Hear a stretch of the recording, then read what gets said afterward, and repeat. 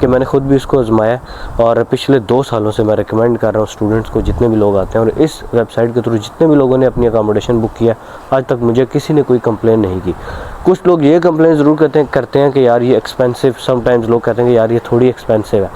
लेकिन देखें, अगर आपको थोड़ी सी एक्सपेंसिव वक्ती तौर पे अगर लग भी रही है, तो आप इस चीज़ को सोचें कि भाई आपके साथ स्कैम नहीं हो रहा, आपके साथ कोई ऐसा बंदा नहीं है जो आपको कम सस्ते में घर दिखा के और आपके साथ स्कैम कर ले। एक और चीज़ मैं आपको बताता हूँ, घरों की जो यहाँ पे क्वालिटी होती है, जो खासकर स्टूडेंट्स को सस्ते करके मिल जाते हैं, उनकी इंतहाई बुरी क्वालिटी होती है।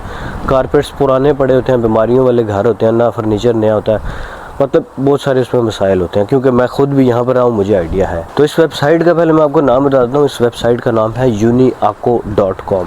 इस वेबसाइट को ख़ास कर डिज़ाइन किया गया है स्टूडेंट्स के लिए। लेकिन अगर आप स्टूडेंट नहीं हैं, आप डिपेंडेंट पे आ रहे हैं, या आप किसी हेल्थ केयर वीज़ा पे, किसी वीज़ा पे आ रहे हैं, तो आप इस वेबसाइट को ट्राई कर सकते हैं। आप इस वेबसाइट के थ्रू ईज़िली अपने लिए अकोमोडेशन सर्च कर सकते हैं किसी भी सिटी में। और इस वेबसाइट की सबसे जो मुझे अच्छी बात लगती है वो ये है कि अगर आप अभी यूके में नहीं भी आए, तो आने से पहले आप अपनी अकोमोडेशन व्यू और बुक कर सकते हैं।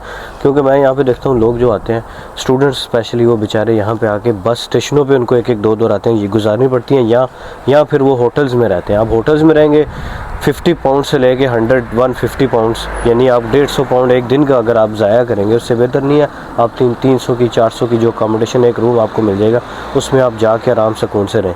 और इनकी जो अकोमोडेशंस होती हैं वो फुली फर्निश्ड होती हैं, सारा जो फर्नीचर वगैरह वो सब कुछ नया होता है, कारपेट्स भी नए होते हैं। मतलब ये कि जितने भी रूल रेगुलेशन यूके गवर्नमेंट ने बनाए हुए हैं अकोमोडेशन हासिल करने वालों के लिए, वो उन सारे रूल रेगुलेशन पे ये वेबसाइट चलती है। वेबसाइट का लिंक डिस्क्रिप्शन में मौजूद है, एक दफ़ा लाजमी इसको जाके चेक करें, uniaco.com। और पुराने लोग जिन्होंने इस वेबसाइट के थ्रू अपनी अकोमोडेशन पहले बुक की थी, वो कमेंट्स में ज़रूर उन लोगों को बताएं जो नए आ रहे हैं कि इस वेबसाइट की ऑथेंटिसिटी क्या है। Thank you everyone for watching.